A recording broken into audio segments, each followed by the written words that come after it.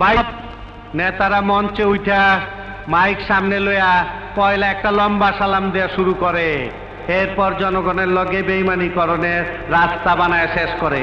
আমি ওই কাজ করুম না, এর লেগা সালাম টালাম দিলাম না। ভাই সব আমি ভাষণ হিকি নাই, ভাষণের ভাষাও বুঝি না।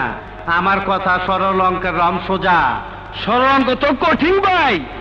মর্যালা অঙ্ক করছি নাকি জিন্দেগিতে? কঠিন হইলে আমি কি করুম? নাম তো সরল, আমারটা বি ওই রকম। আমি কইতে চাই না মাইসের লেগে কি কি কাম করি, কেমন করে দরদ দেখাই। ওইসব রাজনীতির নেতারা কয়, আমার কথা একটাই, আমগো কাম হইল সমাজ হইতে সন্ত্রাস আর চাঁদাবাজি দূর করা। এই কামের লাইগা সন্ত্রাস নির্মূল কমিটি বানাইছি। আমার কমিটির কাম হইল সমাজে যারা ছিনতাই করে, জবরদখল করে, চাঁদাবাজি করে, নারী দর্শন করে, তাগো বিরুদ্ধে আমার সংগ্রাম। কি ঠিক আছে?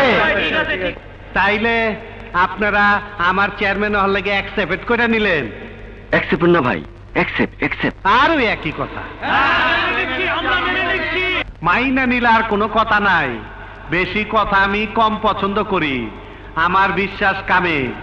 এইবার যার যার বাড়ির যাইয়া চিতে ঘুমায় থাকেন।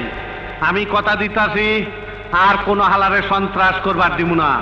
হাকিম আলী ভাই, হাকিম আলী ভাই জিন্দাবাদ, জিন্দাবাদ। হাকিম আলী ভাই, হাকিম আলী ভাই এই চল জায়গা খবরে চিল্লাইবার দে। চলো আমরা আছি তোমার সাথে। ভাষণ কেমন দিলাম রে? খুব ভালো ভাই, কিন্তু একটা জিনিস আমার মাথায় ঢুকলো না। সন্ত্রাস বন্ধ করলে আমরা তো বেকার হয়ে যাব, খাবো কি? কেডাই কইছে সন্ত্রাস বন্ধ করুম? তাহলে সন্ত্রাস নির্মূল কমিটির চেয়ারম্যান হলেন কেন? জনগণকে কেন বললেন আর কোনো সন্ত্রাস করতে দেব না? জনগণের রকম তোর মাথায় গোবর ভরা।